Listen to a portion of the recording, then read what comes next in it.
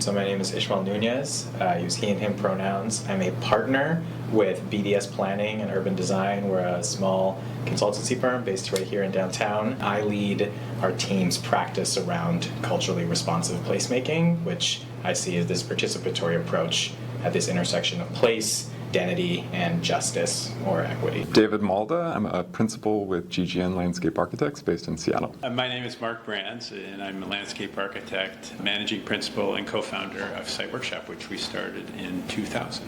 And my name is Benita Sidhu. I am also a principal at Site Workshop, landscape architect by profession. My name is Azura Cox. I'm actually in a relatively new position as assistant professor at the University of Pennsylvania in the landscape architecture department. I kind of made a transition from 6.5, 7 years of practice at GGN in Seattle as a landscape architect to teaching. My name is Sarah Zodi, founding principal of Studio Zodi. I'm also assistant professor of practice in the Department of Landscape Architecture at Harvard University. Hi, I am Giselle Major. Really happy to be a design commissioner a few years ago. Since then, I've taken on a change management role at Gensler in the Seattle office. And I've also taken on some teaching positions. Currently, I am an assistant teaching professor at Arizona State and spend a good amount of time doing research and community engagement projects under my own handle while outside. I'm Ricarius Jeter. I'm a project manager with Scape here in New York. I used to be in Seattle. I was working with GGN, and while there, I was part of the design commission for 1 year, and just doing a lot of public space work that deals a lot with environmental justice. I'm Karima Edwards. My pronouns are she and her. I am the owner and principal at Hummingbird Community Cooperation. We're a planning firm that's focused on equity, but we're rooted in anti-racism and supporting community members and building capacity. My whole life, I've always had an understanding of the impact and relationship to place with my identity and the identity of other people around me. So I was born in Colombia in South America. I was raised in Canada, and I moved from Canada to Seattle to go to grad school in 2017. So I've been here for about going on 7 years. And all of those place contexts reflect who I am differently and how I connect with people around me. It became really obvious that what I wanted to do had to do with the relationship with place and how communities come together. For many years, I felt kind of shy about, speaking about the influence my dad and my mom, both of them, they're both architects, have had on me, on my trajectory.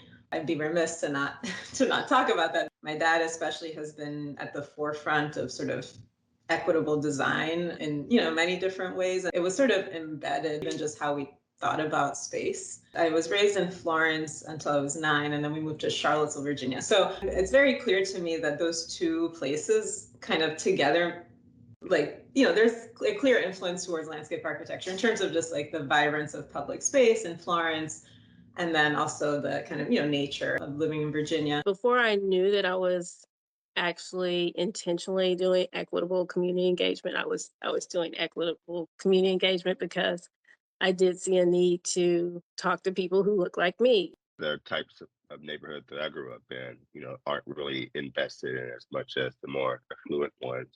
And I wanted to use my skills and knowledge to, I guess, advocate for that, for a shift in that.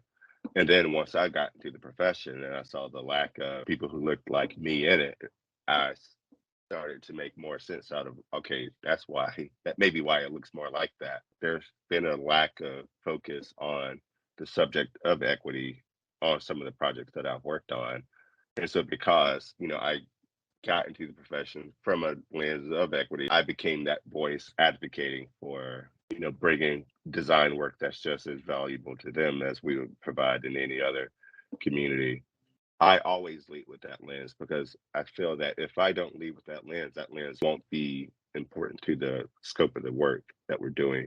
One of the most prideful contributions that I bring is that lens, that lived experience, which is what the industry and profession needs, more of that diversity to make the work that we do even better and better serving. So I think the pieces were a bit disjointed for me And then when I started connecting the dots, it all sort of pointed to equity work. I was doing a lot of research in my own hometown and looking at the sort of cost to being unsustainable and who that was falling on. And the burden of that was falling on the people who were already disfranchised and overlooked and often minority, and just sort of seeing it compounding just that clearly sort of pushed me to think, okay, how could we be designing better so that the person that can't afford a high light bill doesn't have leaky windows? How about the neighborhood where the kids are really depending on this one park need to be sure that sort of stormwater is working so it's not all flooded out? And so, yes, I really enjoy some of these more large scale, broad sweeping policy gestures or really sort of glamorous commercial projects, but the ones that really sort of impact that one person that usually wouldn't get the chance, that's what really gets me excited. And I think of it as a responsibility and part of my job Mhm. duty. I'm going to ask you, what's the equity what's the equity Right. consideration here?